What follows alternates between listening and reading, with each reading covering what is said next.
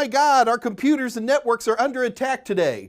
It's rare to find anybody anymore who doesn't hear terms like malware, for example, and worry about what do we do to protect our computers and our network.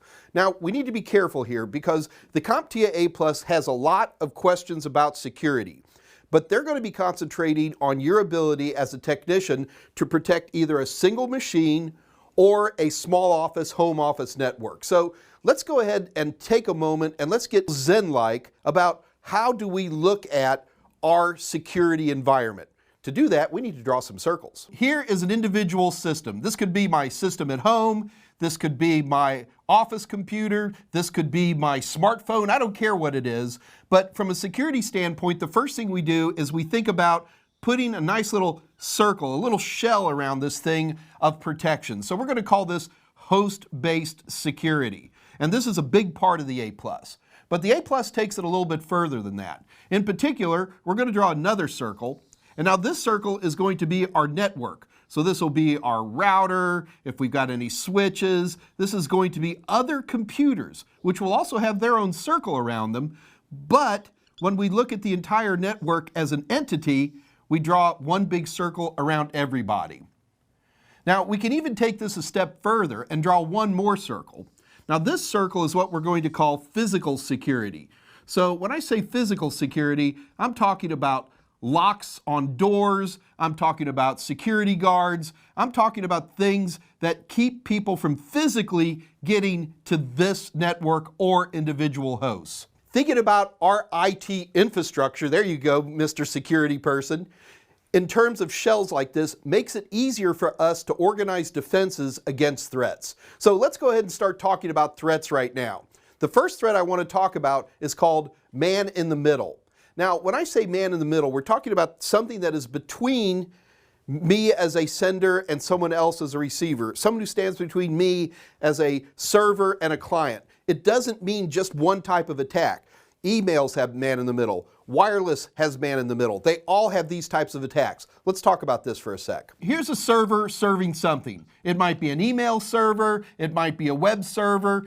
It could be anything. In fact, it might even be a wireless access point just serving up internet access to people using 802.11. The bottom line is that anytime I can get in between, here's Evil Mike. Let me draw a mustache and a beard on him. Hey, wait a minute, I already got a mustache and a beard. Okay, so anytime I, as Evil Mike, can intercept the conversation that's going on between servers and clients, I'm acting as a man in the middle. Keep in mind, man in the middle can be done for all kinds of things. Email, wireless, web pages, all kinds of stuff. The main fix we do to get around this is through encryption. So we tend to do whatever we need to do to encrypt this connection between the two so that that guy, while he could probably always see this traffic, we make it in a format that they can't read it. The next topic I want to cover is the concept of spoofing. Hey, wait a minute, get off my stage. You're not Mike Myers. That's actually a pretty good example. To spoof simply means to take on the look and feel of some other entity. Spoofing takes place with email, spoofing can take place in any type of client server situation, and spoofing can often be a big challenge. We get around spoofing more often than not by creating certain types of connections that verify that the person I'm actually connecting to is the person that I intend to be speaking with. For example, in web pages, we use certificates and we use other forms of authentication to verify not only that I'm setting up a nice encryption to prevent man in the middle, but also to verify that nobody's spoofing me and making light of that Mike Myers, although that was a pretty good picture. I particularly like the hat. Now, when we talk about what the single biggest problem we have on the internet today that isn't malware, and that's the concept of denial of service. Let me show you how that works. Here is a web server. Now this web server serves up web pages to lots and lots and lots of different clients out there. If I want to cause trouble, I'm going to create what's known as denial of service. To create a denial of service, I'm going to start sending requests to the server, and the idea behind this is I'm going to send requests in bad ways. So I can create what are called malformed HTTP requests, and these requests make the server sit and wait and stare at it What will happen then is somebody legitimate who wants to come on board is going to get a 404 error or another type of error, depending on what's going to happen, basically saying that the server is too busy. Denial of service is easily the #1 biggest problem we have on the internet today. Now, if you want to make it worse, and why not, we're going to create what's called a distributed denial of service. Let me show you how that works. In a distributed denial of service, what we do is we install some form of malware onto hundreds, thousands, tens of thousands, maybe even hundreds of thousands of computers. These types of malwares are usually distributed through emails or something like that to try to get lots of people on here. These computers are now known as zombies. And there's some very distinct signs to let you know if you have a zombified client. And then what will happen is that there'll be some server system that is in control of all of these zombies. And these computers will run potentially for months, even years, until suddenly a signal is sent. And this signal sends to all of these devices and literally brings down the server from millions of malformed requests. Now, the A+ is not expecting you to become a great protector of networks and suddenly come up with methodologies to prevent distributed denial of service attacks. In fact, good luck with that. We're fighting that every day at a very, very high level. However, we will expect you to recognize problems that you might run into. Oh, by the way, CompTIA uses one other term I want to mention, and that term is called 0-day. 0-day basically means a new type of threat, a new type of man-in-the-middle attack, a new type of denial of service attack, whatever it might be that no one's seen before. 0-day threats are a problem because the powers that are out there to prevent this stuff count on heuristics, how's that for a word, to be able to recognize these different types of problems. And if they haven't seen it before, a lot of times a particular threat can get through and wreak havoc until the elders of the internet get around to making patches and anti-malware and all types of other tools to stop it. So 0-day is a bad thing. Okay, again, CompTIA is not expecting you to become the great person who's going to be stopping denial of service attacks. However, it does expect you to recognize problems that will show that you are being victimized by these types of attacks on individual systems. There's a few to look out for in particular. Number one, watch out for things like renamed system files. It is extremely common, particularly a classic, what we call a hacker, where someone's actually penetrated into your system and has access using root or something like that to start doing naughty things. So renamed system files is a big problem. To suddenly find yourself denied of things that you would normally want to do and trying to click on your desktop and suddenly you can't get to stuff. That's a bad sign. Files that magically disappear. This is also something that's going to point to somebody doing something naughty on your system. In particular, this will also mean file permission changes. A folder that you've always had full control on and suddenly you don't even have read access to. These are all red flags. These types of errors tend to show up in different types of logs. So what I'm going to do is show you just a couple of examples of stuff you might see. So here is an example of email problems. And this is very common where we're seeing particular types of emails that are just trying to do strange things that we're uncomfortable with. The other problem that we run into is people who are trying to come into our network who are unauthorized. So let me show you another type of log. Now on this log, if you look closely, you'll see that people are trying to SSH into my network. So luckily my firewall is blocking this, but it's also reporting to me and letting me know that there are problems out there. The bottom line is that when it comes to these types of threats, we've got a whole other episode where we're going to talk about how to deal with it. On this particular episode, it's important that you recognize philosophically the types of threats that are out there and also some of the symptoms that let you know you're under attack.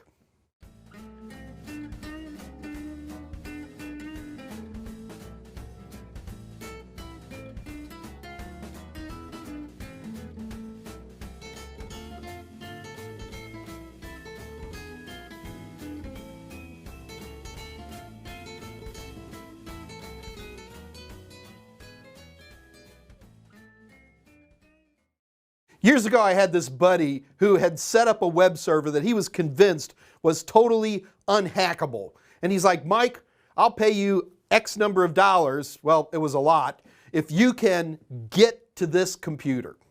And I mean, he really did have it set up pretty good, really robust firewalling, all kinds of stuff. And I couldn't get into it. But what I could do is I put on a janitorial costume and I walked into his offices, walked up to the server room, and I physically removed the server and took it home. That's a true story, and I won that bet. So in this episode, what I want to talk about is physical security. Now, we've been talking about shells. Let's talk about the 3 shells of physical security. We tend to draw physical security as a big circle around all of our stuff. And that's a fine way to start, but that's actually a little bit inaccurate. So what we have is what we call perimeter security. And this is stuff to keep people from even getting on the property, to keep them away from anything. Secondly, then we're going to start having locks. Now, we tend to think about the idea of room locks here, although we can also put locks into buildings, but we're going to stick with rooms for right now. And the third part of physical security is for individual devices. What can we do to physically secure individual computers? To secure our actual perimeter, we're talking about serious stuff here. To me, the big starter is a security guard. Security guards are amazing. Number one, they are a passive protection because bad guys are going to drive past and go, oh my goodness, they have a security guard. I'm not even going to try to get in. Equally, a security guard can check credentials if somebody's really trying to get in and can stop them. So security guards are great. The next one, and this is often done at the security guard position, but it doesn't have to be, is a man trap.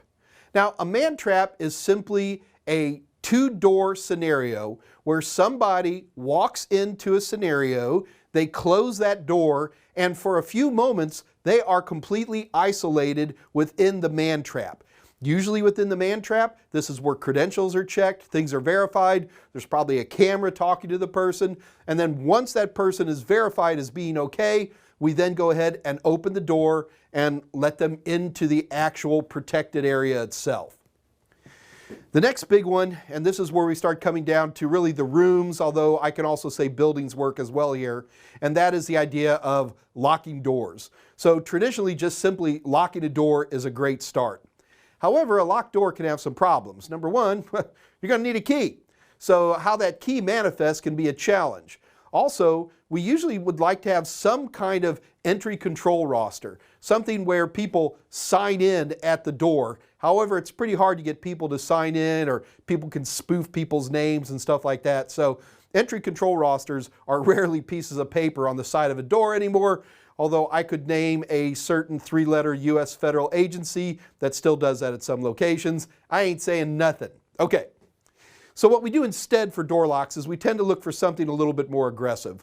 One of them would be a badge reader. So in this case, people are carrying around individual badges. Now these badges are often RFID individual badges, and then what happens as the person goes up and approaches that door, they press the badge up to the door. They may also have to type in a PIN code, for example, and they actually have multi-factor authentication in a situation like that. And yes, the entry control roster also updates that they just went in that door. Similar to this are smart cards. The difference between a smart card and a badge reader is that a smart card is usually something that's going to be swiped or inserted. And in that case, someone is going to walk up to a door. They're then going to either swipe or insert a smart card, which reads it and then grants them entry. Now, if you want to get a bit fancier, there are biometric locks. Now, the problem with biometric locks is that, for example, things like retina readers, where people put their heads up to a screen and actually look in, are actually pretty rare. I've only seen one once in my entire life of working in IT, and it was in a very, very high security kind of network operations center. It's the only time I've ever seen that. Fingerprint readers, I've seen a number of those. Okay, so this is what's going to get you into the room. And now we're down to the individual hosts. So to physically protect hosts, there are a number of devices you need to be aware of. Number one, some kind of cable lock. So a cable lock is something that's going to physically hold down that individual computer. Cable locks are very common on things like laptops and such. They are seen, but not nearly as commonly, on desktop workstation type systems. However, if you've got servers, a lot of times these servers are going to be sitting in a rack someplace. So if you want to prevent somebody like me from stealing your server, you might want to consider a server lock. A server lock simply physically locks the server into the rack, usually behind some kind of door, and that without the key, you're not going to actually get to the server itself. Another big place we have to deal with individual systems is with USB. Thumb drives are a notorious problem when it comes to security. It is so easy to just go up to a computer, shove in a thumb drive, and start grabbing data. So you can actually turn off the USB port itself in BIOS. That's a common thing to do. But another one we like to see are USB locks. USB locks are physically little small, I'm going to call them a dongle for lack of a better term, that you shove into the USB ports. These will prevent people from physically inserting USB ports, and then on top of that, if they're taken out, there's usually software on the system that gives some kind of warning to let you know, hey, wait a minute, somebody's actually pulled out one of these locks. Now, the last one I want to talk about on the individual systems itself are privacy screens. Privacy screens are wonderful, and again, in a lot of security environments, they're very, very common. These usually manifest as nothing more than polarized screens that are placed on top of any type of monitor that you might be using. These are seen on desktops, they're seen on smart devices, all kinds of stuff, and basically it limits the field of view to a very, very tight, as little as about 60 degrees, so you have to almost be directly in front of them to see the contents on the screen. Oh, okay, wait. There's two more I want to show you because I actually have these on me. Sorry, I had to go grab my keys. So what we're looking at here these are key fobs. Now, key fobs are used in physical security primarily for like getting into parking garages. You rarely see them people getting into buildings, but they can be used in that aspect. And the last one is going to be hardware tokens. Hardware tokens are physical devices that provide some kind of information that help you get into a computer. Like for example, here's a picture of the famous RSA token, and this device puts out a number that changes, I believe, every minute, and then you have to use this as part of your logon process to protect yourself. Whew! That's a lot of stuff, isn't it? Physical security is really important, and I know as a tech, you want to get into setting up firewalls and setting up anti-malware and stuff, and those things are important. But trust me, if you want to keep people like me out of your networks, never forget physical security.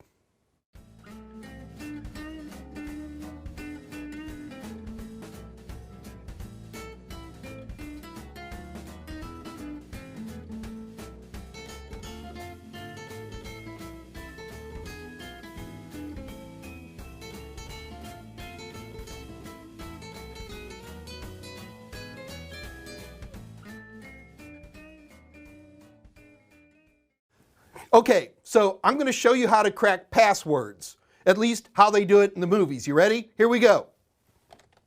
Shoot. Darn it. Okay, I'm in. The reality is that getting to your passwords isn't quite that easy, but it can be surprisingly easy if we don't take proper precautions. The big thing you need to understand about passwords is that passwords, think about your router being turned off, or your computer being turned off, or whatever you're putting passwords into being turned off.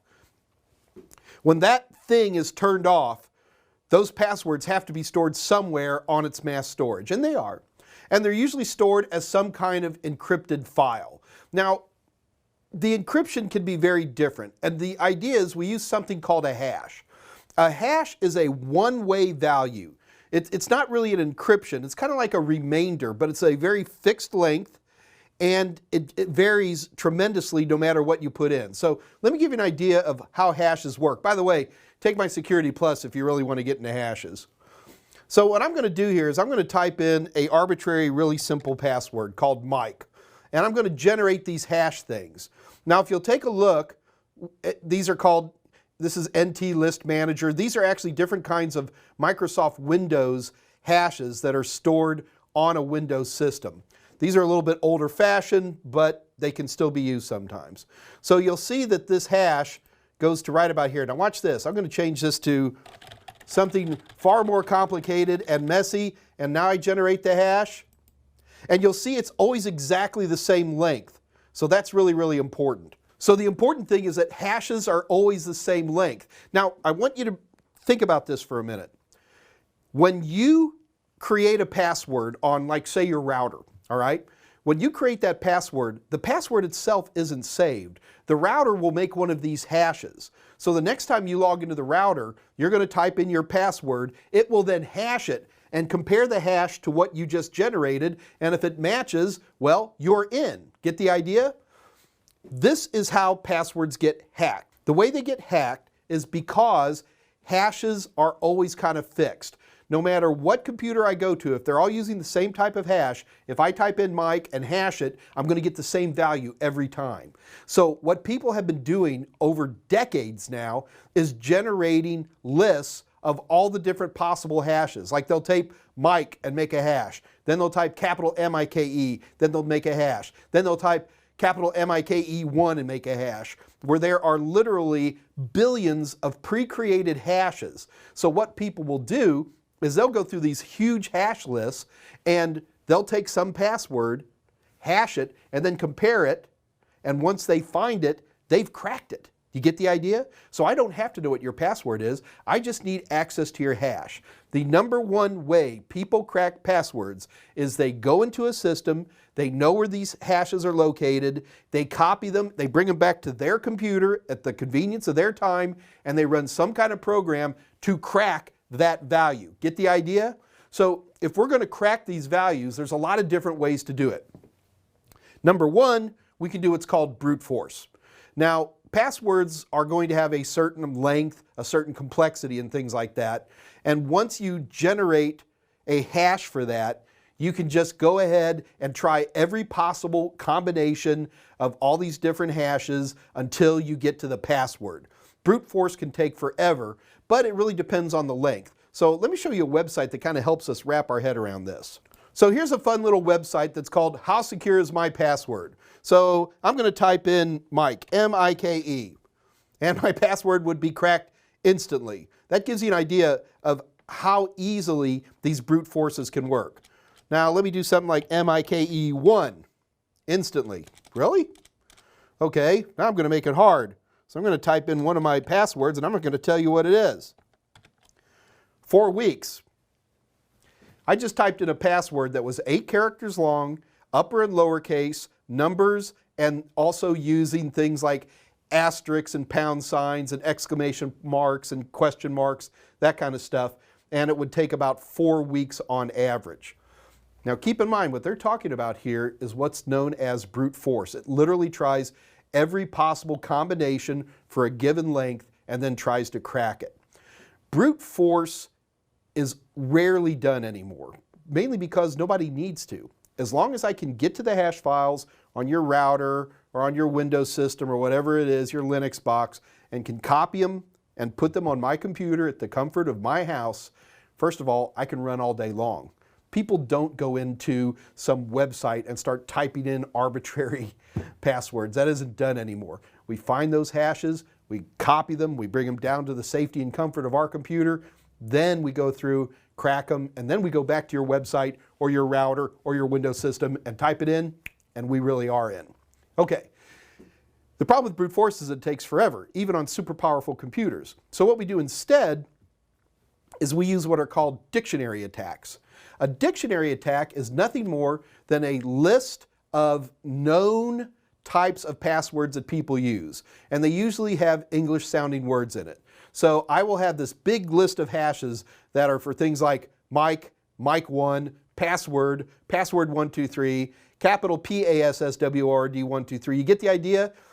Because so many people use these fairly standardized based on dictionary words, these can often be very, very powerful tools. So in this case, let's go ahead and do a dictionary attack and let's watch what happens. I'm actually doing this online. So this is a wonderful little website called crackstation.net. And what I'm going to do is I'm going to put in the hash for the password Mike. He doesn't want robots, so I got to go through a little rigmarole here. Yeah, that looks like a bit. Okay, here we go. And let's see how long it takes to crack it. The result is Mike. So this is an example of a dictionary attack. The person who has this website has built himself his own dictionary tables. In fact, if you take a look, you can download his word list and make your own copy of it if you want. So dictionary attacks are pretty good, but the problem is people are getting smarter these days. And plus we can add complexity to hashes with terms like salts and things like that, which make it harder to do just classic dictionary attacks. So instead what we do these days is we do what are called rainbow tables. Rainbow tables are kind of like a dictionary attack, but they're designed to work as a team. We have lots of these tables that work together. So one table will be common words. Another table will be the numbers 1 through 1,000. Another table will be putting asterisks and exclamation points at the end and the beginning. And these tables work together through indexing to generate gazillions of different types of hashes, which interestingly enough can catch easily, and I'm saying easily, 30% of all known passwords of any 8 characters or less are pretty much instantly hacked. And if you give me enough time to work on it, it would give me a few weeks, which will often happen. The chances of you coming up with an 8-character password that I cannot crack with a dictionary table is pretty rare. Now, let's go ahead and take a look at one example of an attack like that. I'll show you, it's right here. So here I am using a special distribution of Linux called Kali Linux, which is basically a wonderful tool for guys like me who like to crack stuff. So I'm going to put in that same hash that we saw before, and let's let him crack it. And boom, he found the answer right there. That was actually a waste of very good rainbow tables in this particular example, but it does absolutely work. So, what are you going to do about this? Well, number one, you realize that people can often get to your passwords.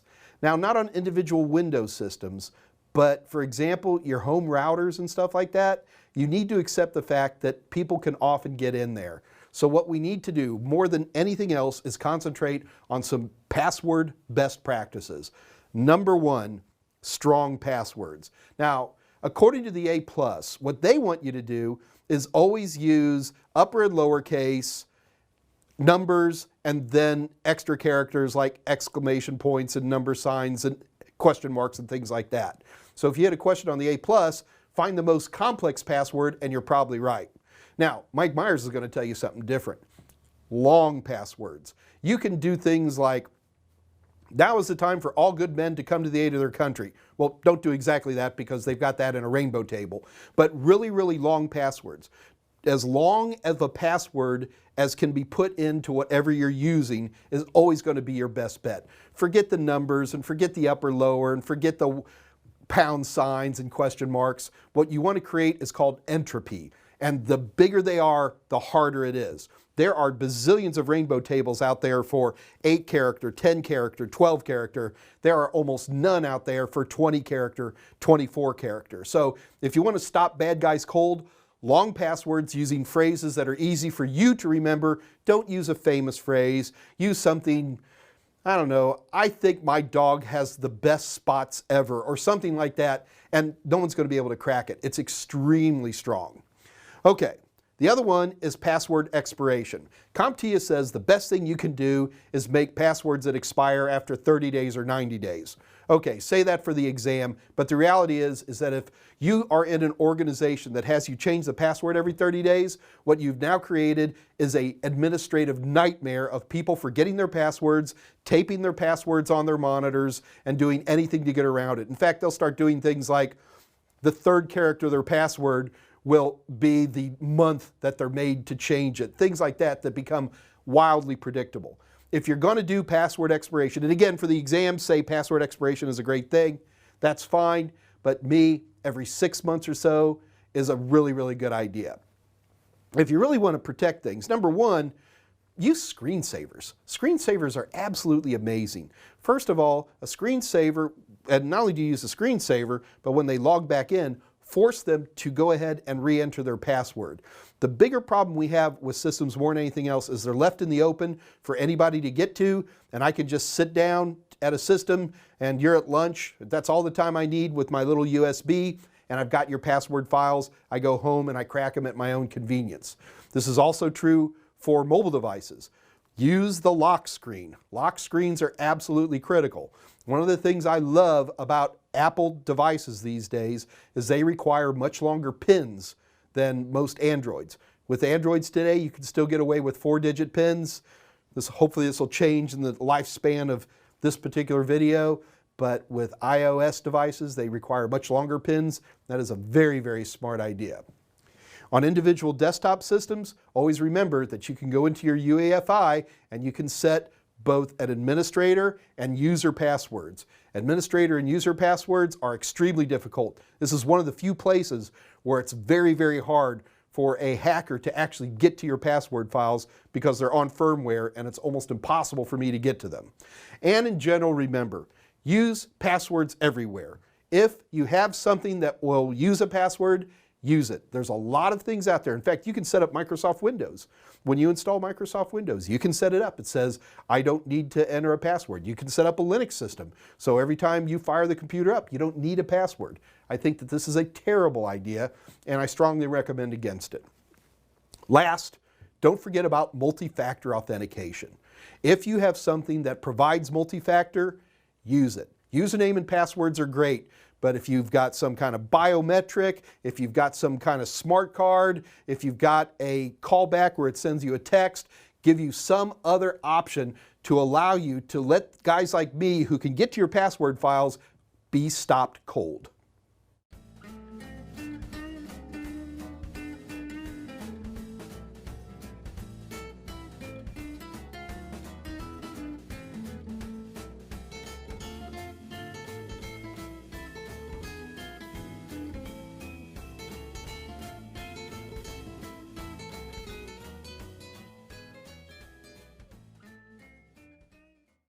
It's really interesting when you talk to people who actually go to individuals' homes to fix computers. One of the things I'll always ask them is, well, what do you do? What's your big job?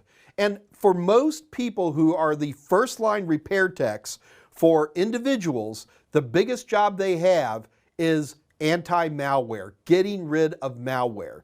In fact, Best Buy's Geek Squad, which is really famous here in the United States, quotes that around 90% of all of their repair work is simply removing malware. Malware is a big problem, but in this episode, I want to make sure A, we know what malware really is, and then B, what are some of the symptoms you're going to run into.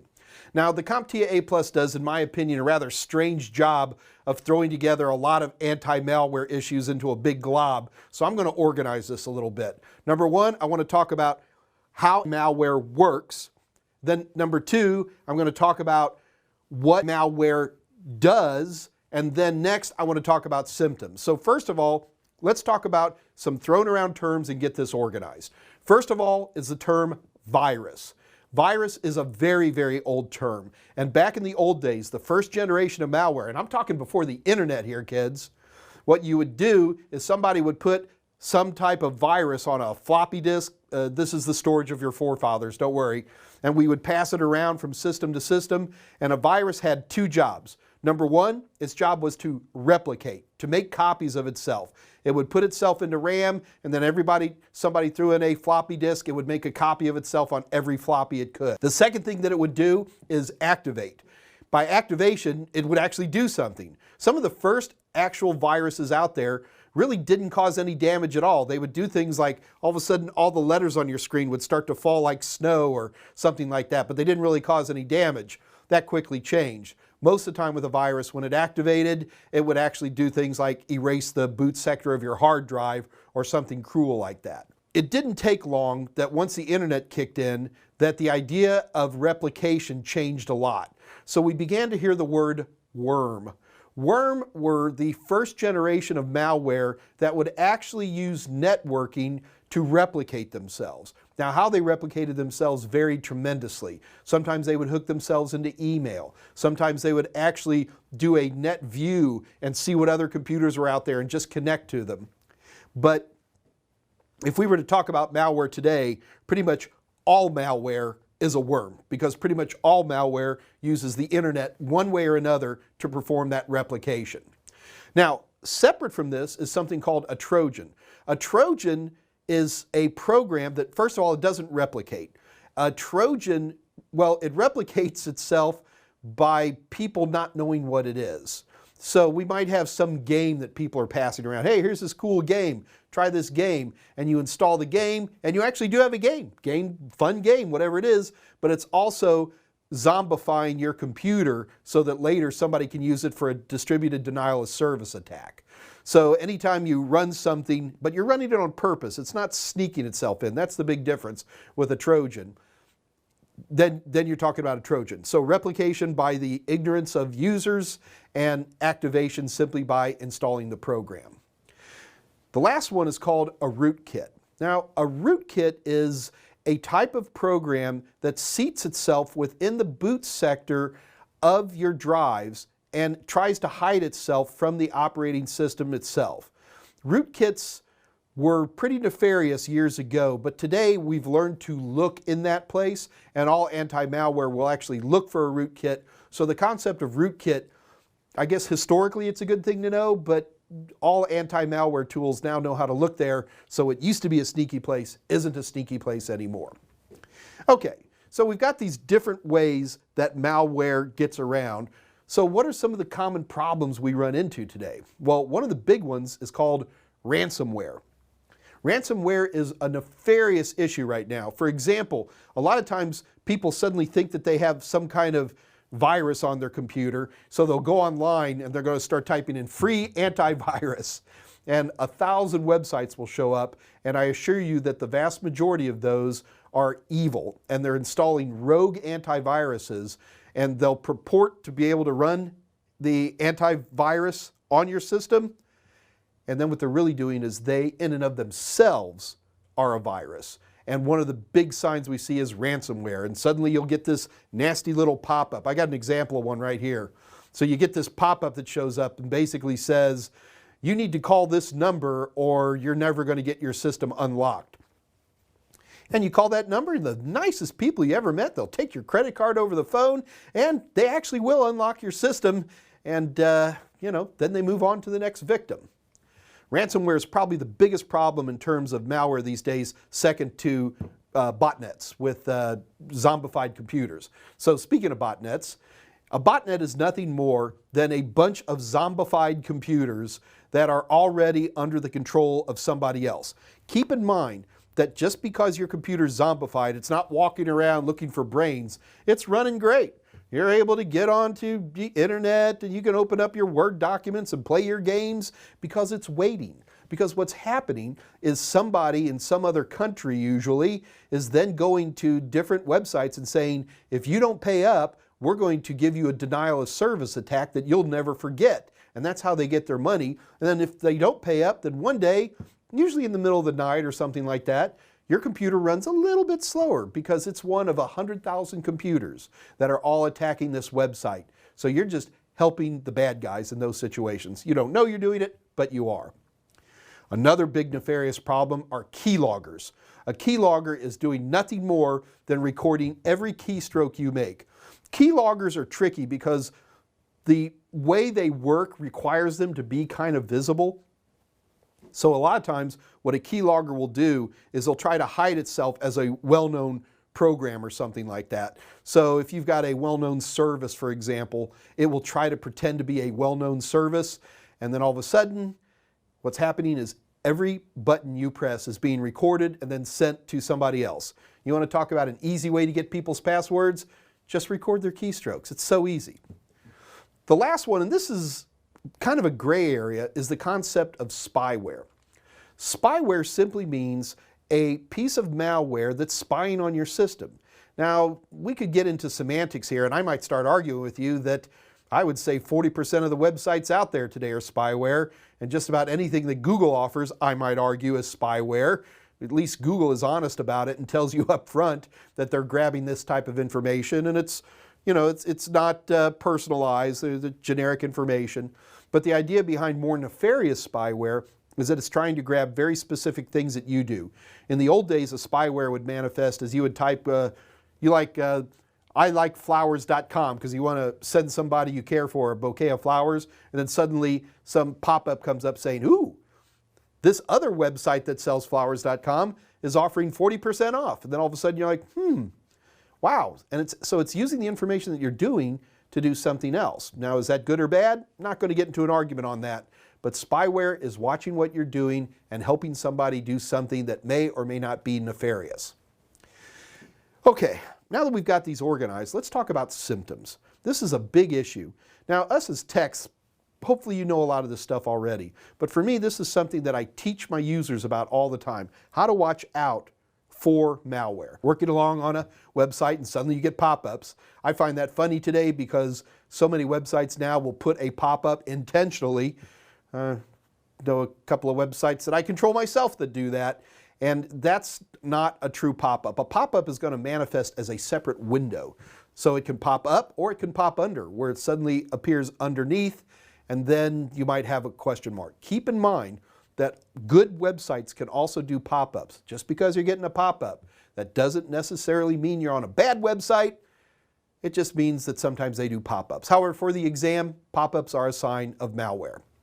The other big one is browser redirection. So you're typing in to www.totalsem.com to check out Mike Myers stuff, and then suddenly evil competitor of Mike Myers suddenly does this. Now, I'm not saying any of my competitors do that. They don't.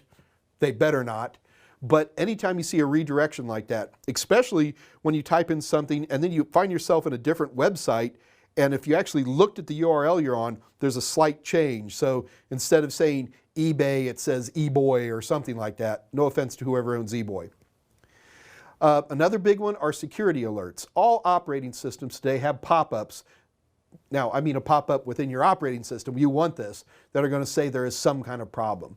They notice things like browser redirection. They notice too many pop-ups. They notice problems with system files being changed. And they'll all come up with some kind of security alert. And depending on your operating system, you can check other episodes on how you deal with stuff like that. Then we have application crashes. Now, this is one that CompTIA says. I'm going to argue and say that that's not a common issue for malware. But if an application crashes according to the CompTIA A+ objectives, why, that's malware. Yeah, right. Problems with updates is also a big one. You're trying to update your operating system. You're trying to get in there and, upgrade a version, and it doesn't let you. To me, this is part of non-compliant systems. So what they're trying to do is the malware knows that a patch has been applied, and they're trying to prevent you from applying that patch. Another big one is spam. Now, I'm going to kind of separate email here a little bit from your regular malware because email can be a bit of a challenge. In particular, spam by itself to me is not a sign of malware. To me, spam is you've logged into too many sites and you forgot to opt out or whatever it is, and now you're paying the price. But it can look very different. If you start seeing spam, for example, from a well-known friend of yours, and all of a sudden it's from their email address, now that's a sign that might be a problem. Equally, if you're attacked and you start sending out email to your friends and you getting responses from other people saying, hey, Mike, I don't want to buy that kind of toothpaste. Why are you sending this to me? This is often a sign of someone hijacking your email. What they're doing is they're going into your email client, they're reading all the email addresses, they grab those, and then at the convenience of some other system, they start shooting out email to the world. That is a definite sign of malware. The other one to watch out for are automated replies. So if suddenly you start sending out an email to some friend of yours and you instantly get an automated reply, I use automated replies all the time. But somebody like my buddy Zach, who I email all the time, and we talk at the office every day, and we start getting automated replies, well, I'm going to call him up on the phone and go, hey, dude, what's happening here? Because that could be a sign, again, of somebody hijacking your email. Okay. Now the last one is invalid certificates. Now this is a tricky one because that often goes with browser redirection. So a piece of malware has attacked your system and you're going over to some well-known website and you hit enter, and all of a sudden you get an invalid certificate. And it usually says the certificate is invalid for this URL. Web certificates are set up so eBay.com has their own web certificate. So in a redirection scenario, suddenly you're redirected and it's trying to look at the eBay certificate. Take a look and check that certificate. We talk about certificate problems in other episodes, but this is a classic example of where you go into your browser, you go, why is there a problem with it? And then you make a decision about what you're going to do. Keep in mind that these are going to be classic signs that you run into when you've got malware. Make sure you're comfortable with A, how malware acts, and then B, some of the things that malware does, and then C, some of the symptoms. Because friends, all of this is going to be on the exam.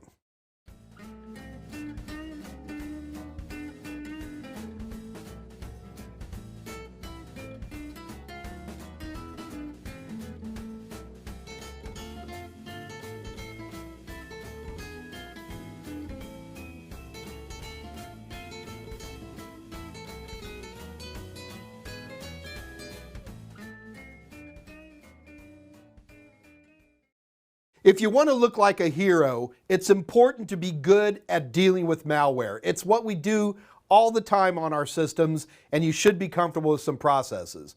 I will give kudos to CompTIA for not only pushing this as a concept, but even giving a best practices methodology that I actually agree with. So we're going to go through the 7 steps that CompTIA defines as their best practices methodology for dealing with malware.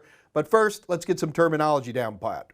Number 1, there is no such thing as an antivirus program. That term is obsolete. We say anti-malware. If you see the word antivirus, you're probably talking to some old person like me who interchanges terms, or you're talking to somebody who is uncomfortable conceptually. So it's just anti-malware. There are gazillions of anti-malware tools out there, and I am not going to tell you which one to use. All of your operating systems come with a pretty good one built in. When in doubt, use the one that's built into your OS. There is a term that CompTIA does use that I'm simply going to have to say it's wrong.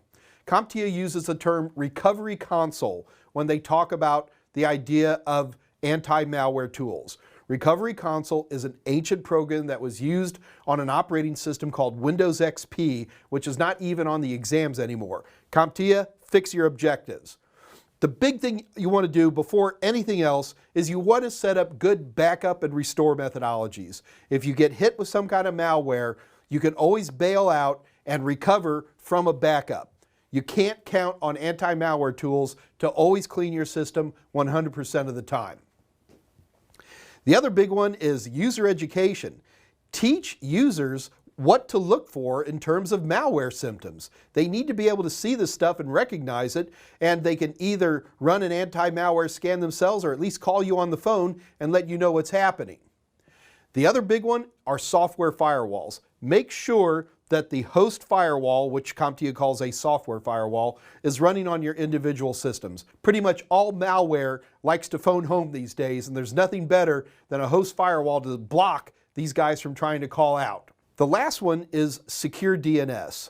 DNS is an important issue. Most of the time when you're setting up your networking, you're going to use the DNS that comes from your internet service provider. And internet service providers, bless them, are very, very nosy people. And a lot of times they will log where you're going, keeping track of the different websites that you go to, and they'll then use that for redirection. And they're not evil, but they're a little uncomfortable. You accidentally type in the DNS for a place that doesn't exist, and suddenly your ISP pops up and starts saying, here's some ideas, oh, and here's an ad at the bottom. So one of the things we like to do is get away from that. So there are certain tricks you can do. Trick number 1, you can use non-ISP DNS servers. My personal favorite for the house is good old Google 8.8.8.8. Google's public DNS server does not log, and it doesn't do questionable redirections when you type in bad DNS names. It just says, sorry, you messed up, try again. Now, if you really want to get secure, you can do things where you ready? You can encrypt your DNS request. Now, this is really secure DNS. It's not used a lot, but for people who really want to avoid problems, they can do this. Secure DNS basically manifests as, number 1, you have to set up a DNS server in your house or your office or whatever it is, and you configure that to then go out and create a connection to a public DNS server using an encrypted connection. Now, Personally, to me, that sounds like overkill for a small office, home office. But I'll tell you, the one place where it does pay is on your phones. It is a big problem with phones these days. My little Android machine right now, it gets pop-ups. It's my fault. I know where it came from, but I shouldn't have let myself do it. I installed a Trojan that I shouldn't have. It's not evil, but it's trying to sell me stuff. So one of the things I can do is install a fully encrypted, so from my machine to a public DNS server made by a company called Cloudflare. I don't get any money from Cloudflare. I just think this is a good idea. And the DNS server is 1.1.1.1, which is the only time I've ever heard 1. Used for anything. Anyway, if you take a look at this, so right now it's not turned on, so I'm going to turn this on. And if you see what it says, it wants to set up a VPN connection. So I'm just going to go ahead and hit OK. What just happened here is I have a VPN connection created from my phone to just my DNS server. That's it. So my DNS requests are being sent encrypted to this particular public non-logging DNS server, and it is a real tool, especially for smart devices, because people get caught with malware all the time. Okay, let's talk about CompTIA's 7-step process. And I really do like this one, guys. So I know I've teased CompTIA sometimes about their step processes. This one I like. Number 1, identify and research malware symptoms. Yes, it is so critical that you know what a malware symptom looks like, and you should be able to recognize it, so you need to deal with it. Number 2, quarantine infected systems. Oh my goodness, yes. One of the biggest problems I'll run into is if I get caught with a piece of malware on a system is that people leave it on the network. When I quarantine, number 1, I unplug the cable. I disable the wireless. I do whatever I've got to do to keep this system quarantined so it doesn't start infecting other systems. Number 3, and this is unique to Windows, disable System Restore. Now you'd sit there and go, Mike, why would we disable System Restore? And that's because Windows automatically fires up System Restore on certain situations. For example, if you were to shut the system down, it will often make a restore point. And then you end up having automated restore points that are pre-infected. So shutting that down is always a good idea. Number 4, remediate the infected systems. Okay, so number 1, it's going to talk about updating the anti-malware software. Now, what happens is anti-malware needs definition files. These are files that have the signatures of what they're looking for malware. And these things need to be updated all the time. Normally, when you're updating your operating system, these updates take place as well. Even third-party anti-malware tools will go ahead and update along with the operating system. Some of them will actually either automatically update themselves, or they'll actually bring a pop-up on your screen going, would you like me to update? You've got to keep these guys updated because new malware is showing up all the time. Okay, so you got a piece of malware. So you run your anti-malware. Now, there are 2 schools of thought here. School of thought number 1 is, first of all, anti-malware should be running at all times. The idea being if something naughty comes in, they stop it right there. That's fantastic, but it doesn't always work that way. So you also go through a scan process. Let's take a look at the built-in anti-malware tool that comes with Windows. I'll show you what I mean. So I'm going to head over to Settings. I'm going to go to Update and Security. I'm going to click on Windows Security. And I can go right here, or I can click here. Both of them will get me to the same place. So what you're looking at here is, first of all, it's running real time right now. It will constantly be running. However, if you're getting symptoms, you then go through the idea of a scan. You can do a quick scan, but if I actually think I have malware, I'm just going to go ahead and run a full scan, and then that way I know everything's being checked. The second way to deal with malware is to have some kind of bootable media. You boot to the media. You don't boot into Windows. You boot into this media, and then it goes into your system and does a check. A lot of times that might require you going into, for example, safe mode in Windows, or at least a pre-installation environment. Keep in mind that there are these 2 ways of dealing with malware. You can get fights going on. There's a big group of anti-malware people that say never use a boot disk, and there's another big group of people that say always use a boot disk. I am not going to make a call here. I will tell you this though. I run anti-malware all the time, but if I really think I've got a piece of malware on my system, I use different tools that actually do create Windows pre-installation environments. I make a bootable media, I boot to it, and then I clean my system. I will not name brands because my choice in anti-malware tools changes like the wind.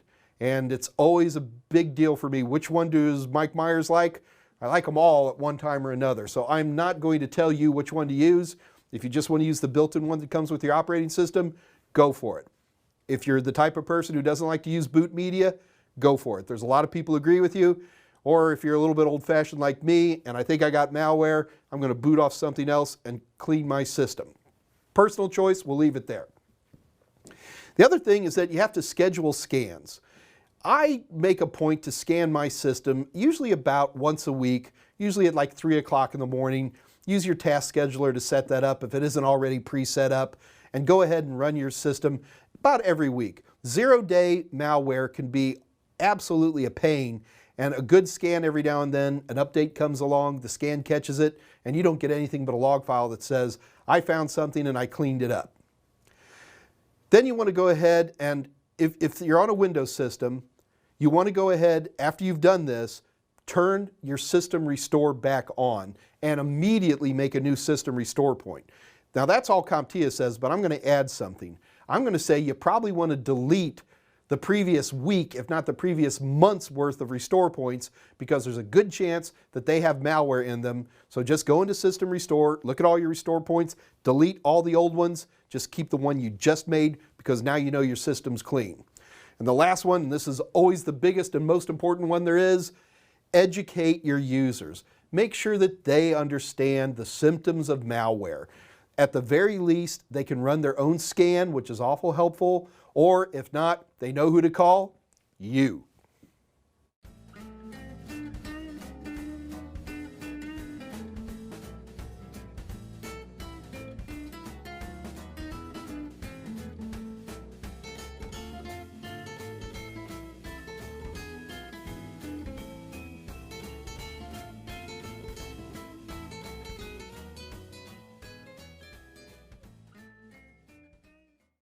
Social engineering is the use of deception to get people to give away information that they wouldn't normally give away. Personal information, confidential information, stuff like that. Now I could talk on and on, or we could actually watch one of my favorite shows, The Social Engineering Zone.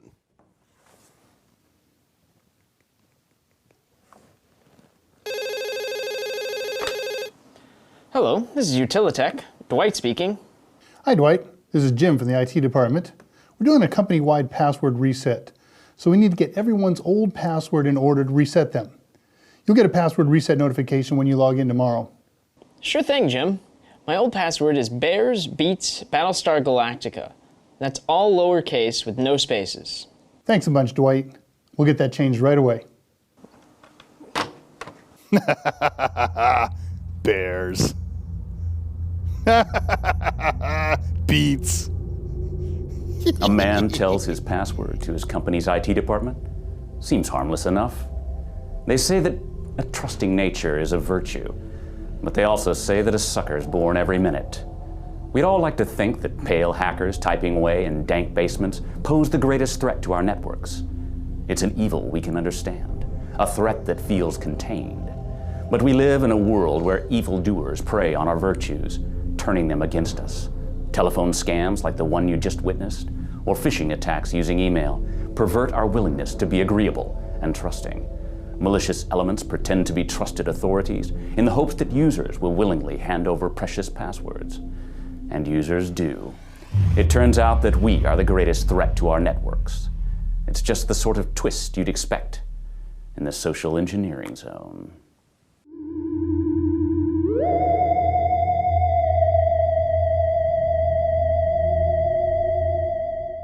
No one likes to be cooped up indoors all day, but the unwary may fall victim to the predations of devious tailgaters. These malicious malcontents follow legitimate employees through locked doors, pretending that they belong. To thwart them, make sure no one's following you through a locked door. If someone tries, make them show you some form of ID or even produce a key for the door you're going through. You might feel comfortable leaving your office computer unattended and unlocked.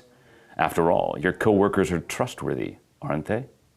However, on gaining access to a secure building, all a tailgater has to do is wait for someone to take a bathroom break to gain complete access to an otherwise impenetrable network. Consider it vital to lock your computer when you walk away from it, even if it's just for a short time. Also, make sure your user account is password protected. If you think that locking your computer is a sure protection against wrongdoers, think again. Why wait for you to get up for a break when it's just as easy to stand behind you and watch over your shoulder? They'll watch you as you type passwords, access secure documents, and communicate with other employees. Always make sure there's not a stranger shoulder surfing behind you. If the prospect of looking over your shoulder all day sounds onerous, invest in a screen filter, which makes it impossible to see what's on your screen unless you're right in front of it. Even the most tightly controlled offices often have an Achilles heel: dumpster diving. Criminals are a shameless and stinky lot, not at all above digging through trash to find sensitive information.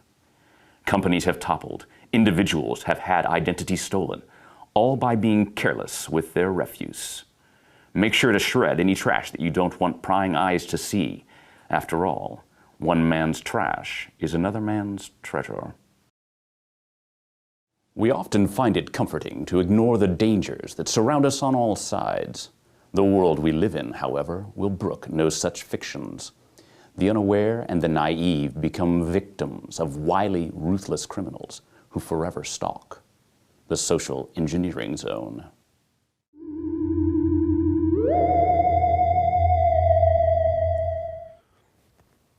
Man, I love that show. It's as though I know everybody in it on a personal basis.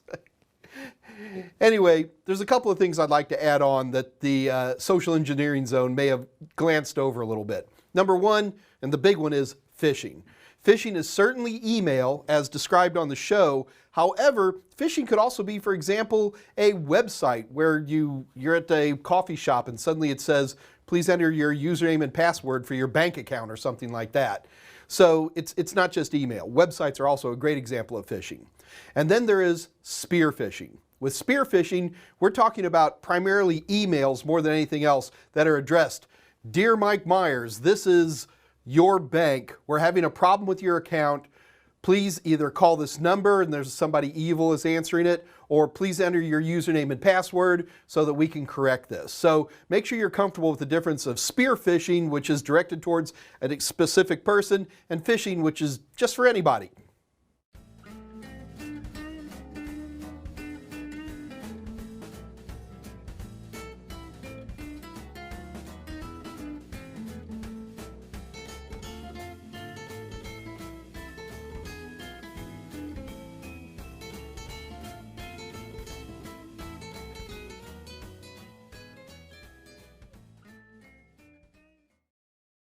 I got a question for you. What did Bill Gates do to make all of his money?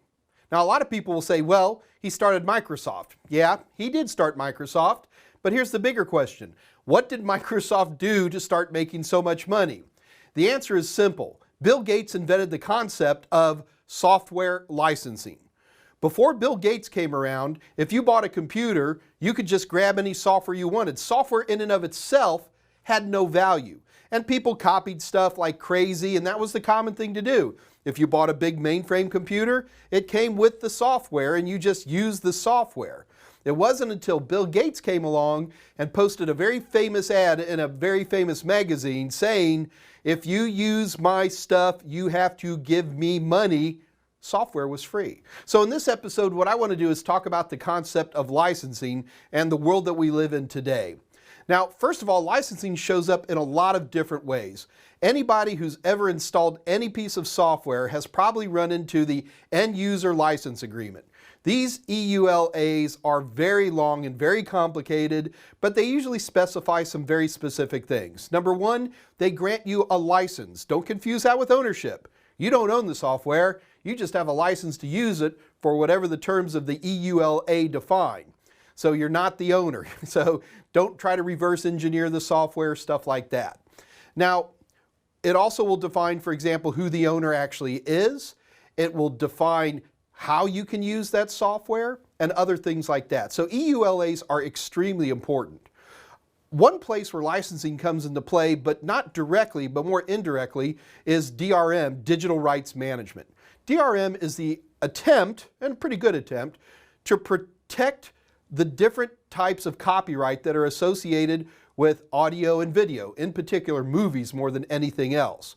DRM shows up in the strangest places. For example, if you like HDMI connections, you have a system and you plug into the HDMI and then you plug it into a monitor, the licensing is actually done by the hardware itself. So it's actually the hardware themselves that are granted licenses by the HDMI organization. So DRM shows up in the strangest ways.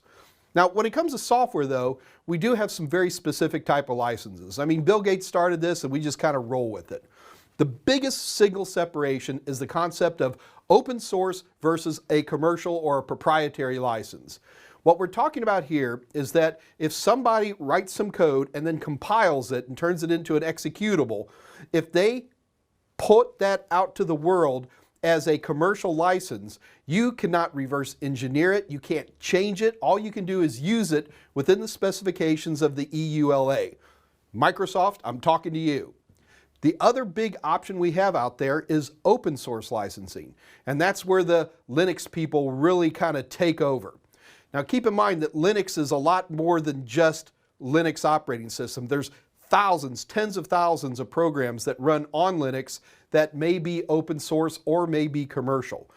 If it's open source, it's probably under a very specific license called the GNU license. The GNU license specifies a lot of very important things. For example, one of the things that you have to do is that if you compile something, you have to provide the original source code, either with it or when asked. So anything that you see within the Linux world that's already pre-compiled and running, you are allowed to have the actual code itself if you want to make changes to it.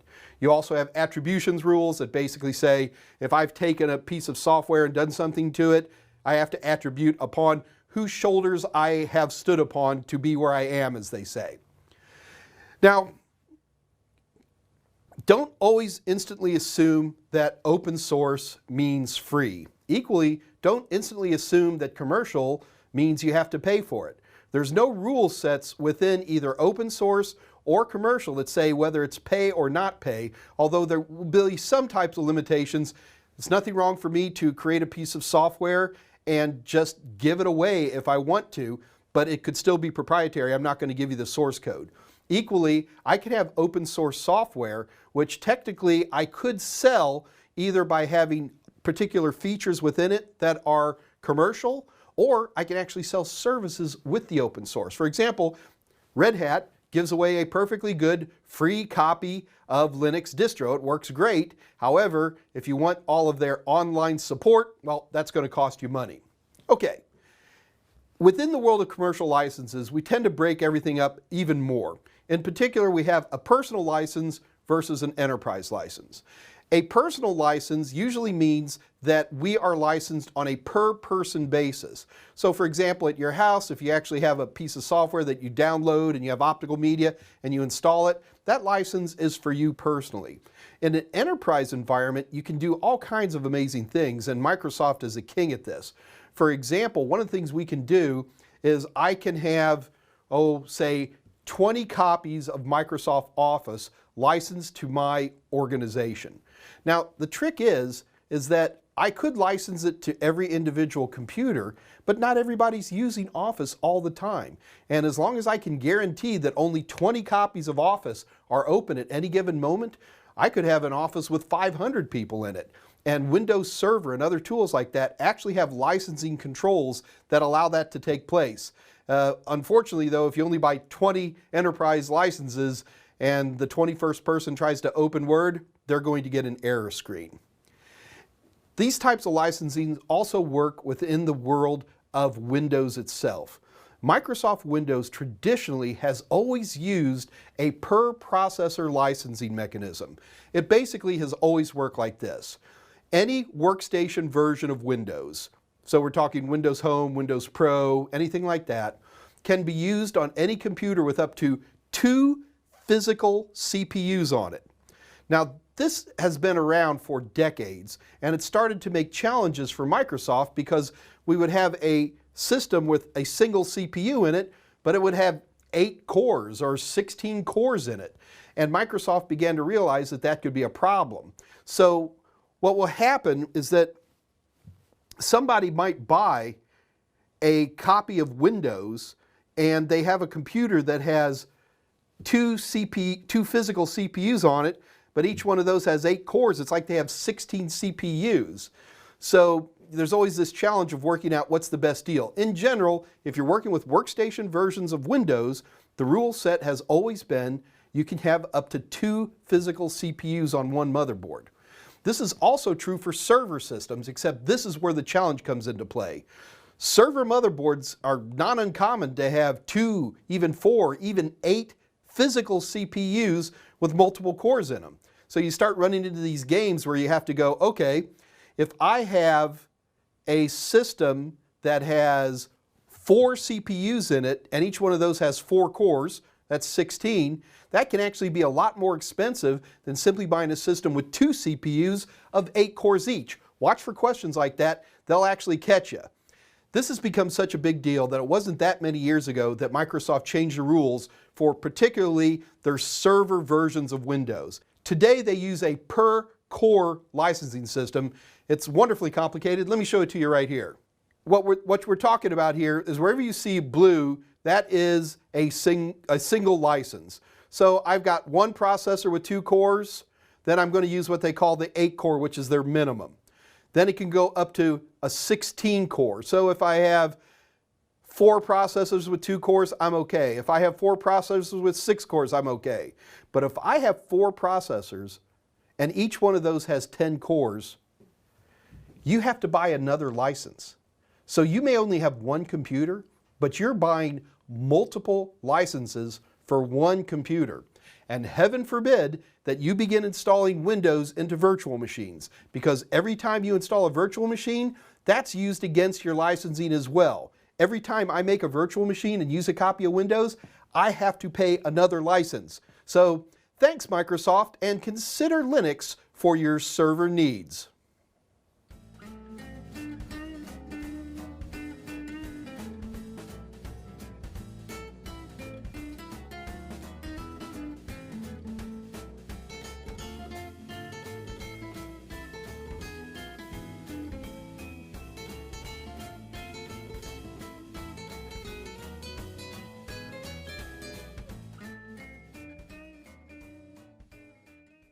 I love being an IT technician, but unfortunately, sometimes I have to play the heavy in what we call incident response. First of all, an incident is whatever your organization says an incident is. I've worked with organizations that every time somebody is caught with malware, that this becomes an incident, which needs documentation and certain procedures. I've been with other organizations where finding an unknown thumb drive plugged into a system can be treated as an incident. I've been with organizations where, pretty much any organization, where their primary router is hacked, yeah, that's an incident too. So in a organization, you have a definition of what are incidents, and then more importantly, you have what's called incident response. And as an IT person, you're often going to be the first responder in situations for which there is a response to an incident. So let me give you some ideas about what you need to deal with. Number one, know ahead of time what your responsibilities are. A lot of times you have absolutely no responsibility other than reporting an incident to some hotline or some desk or something like that. However, if you are the person, there's a few things you need to keep in mind that are pretty much always going to happen. Number one, you have to identify the problem. So there's a lot of situations where you're the first person to recognize that an incident's take place. So once you identify it, you found a situation with malware, you're finding somebody doing something really illegal on a computer or something like that. Number one, you have to report that through the proper channels. If you have that responsibility, this is something you know ahead of time. You don't wait and find out this all of a sudden, oh my gosh, this guy's running an eBay business while he's supposed to be in the accounting department, and then not know what to do, well, that's your fault. Make sure you understand what the processes are. Number 2, and this is if you really are the person, is data and device preservation.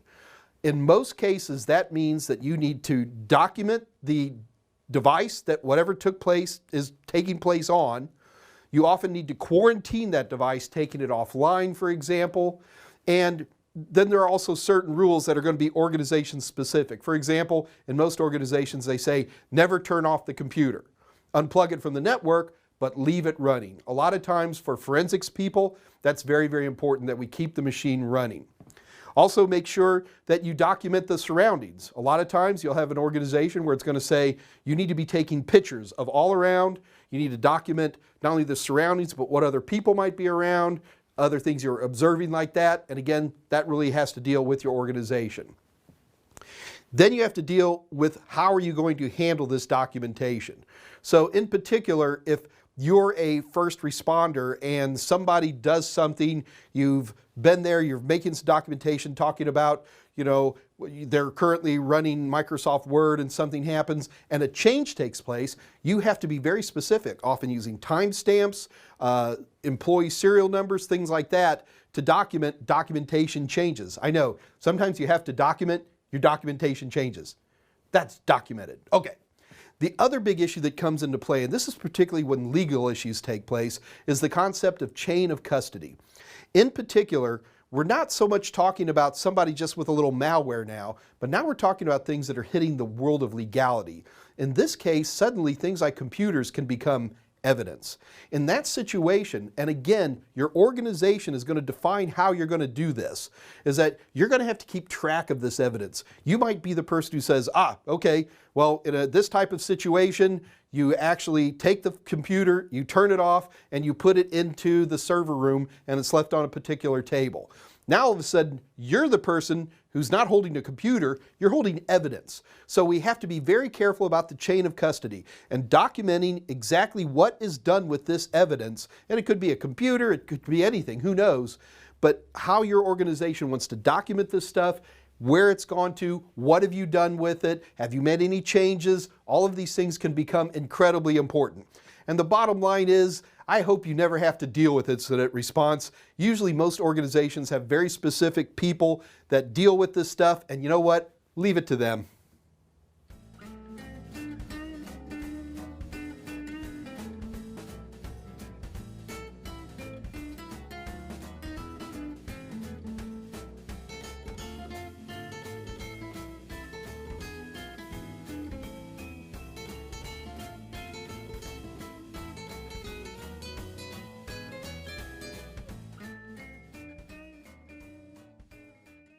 We spend so much time talking about configuring our firewalls and installing a good operating system and making sure our hard drives work and double checking our network connections that we forget something really, really important, and that is the environment upon which your computers and your networks operate.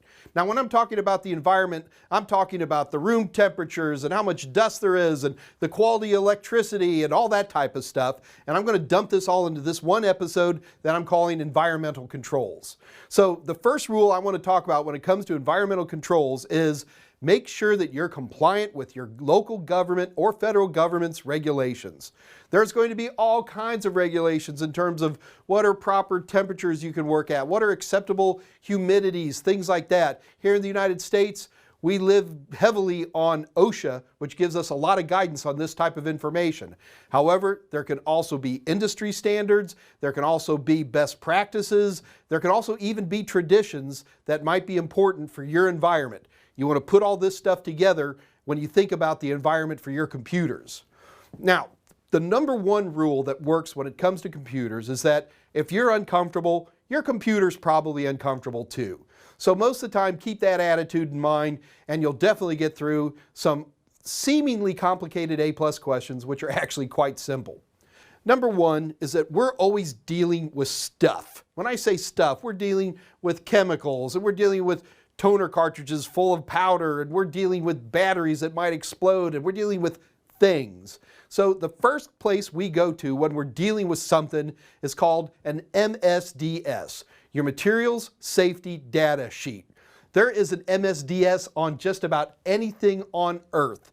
And it tells you, for example, how to handle this, what are the environmental impacts of this, how do you go about disposing of this. Now, so it's going to give really generic information. It's not going to give detailed information. For example, it will tell you that it's poisonous, but it's not going to give you the phone number of your local poison control center because it doesn't know where you live, all right? So here's an example of an MSDS. Now, if you take a look at this, you'll see it names what it is, and it gives some idea for how to handle it. It talks about any potential poisons or toxicities to it, and, you know, pretty generic stuff. So keep in mind that when in doubt, refer to your MSDS. Okay. Number one, let's talk about temperature and humidity levels. Be aware of them. Now, in general, while I tell you if you're happy, your computer's happy, I'll give you a clue, and that is your computer would be even happier if it was even colder and drier. So a lot of times as we go into server rooms, we're going to see it be a lot colder than we would have in a regular office environment. Well, that's just because it makes computers very, very happy. We want to make sure that in the office itself, little things like, for example, the air conditioning going out could make a huge impact on a printer or on a server that's not in a server room. Turning them off could be really important. So being aware of your humidity and your temperature can be very, very important. Also keep in mind that computers need ventilation. Even in a nice, cool office, you can get hot spots underneath desks or in enclosures that can cause a lot of trouble for your system, so make sure that your computers have good ventilation. Now, when it comes to power, we've covered power in great detail in other episodes, but in particular, make sure that if it's a critical system, that you have some kind of battery backup, and for everybody, at the very least, make sure you have a surge suppressor. Surge suppressors are so cheap and they work so well. Personally though, I'm going to go with a battery backup and have a nice UPS on just about everything. The other big thing we can run into is dust. I have broken down systems at construction sites, gone into a trailer, and not only was it dusty, but everybody smoked cigarettes and opened up a system and literally pulled out balls of fuzz, dirt, nastiness. And you know what? That makes your computer really, really unhappy. At the very least, it kills ventilation, and over time, it can cause shorts and create lots of problems. So if you're in a dustier environment, consider enclosures, in particular for servers, something to close it up so that you can filter out all of the dust. And while you're at it, since you're working in a dusty environment, don't forget that you yourself might need some air filters or even a mask at the very least. Now, speaking of dusty systems, we have to go ahead and consider the idea of cleaning these systems out. And as we've discussed in other episodes, the secret is never dust anything inside a closed environment. Take that dusty computer, take it outside, break it open, grab yourself a can of compressed air, and blow all that dust away. Compressed air is our best friend, and any tech who doesn't have at least 8 cans of it laying around is no friend of mine. Now, you can also consider vacuums, but I need you to be careful about that. If you were to use a regular old vacuum like the one you have in your house, those vacuums generate phenomenal amounts of static. And if you were to try to use that inside a computer, the static generation alone would destroy it. So if you must vacuum, and I don't think you should, consider an anti-static vacuum. They can be very expensive, but they will prevent static charge from destroying your system, which is the ultimate damage you can do in any environment.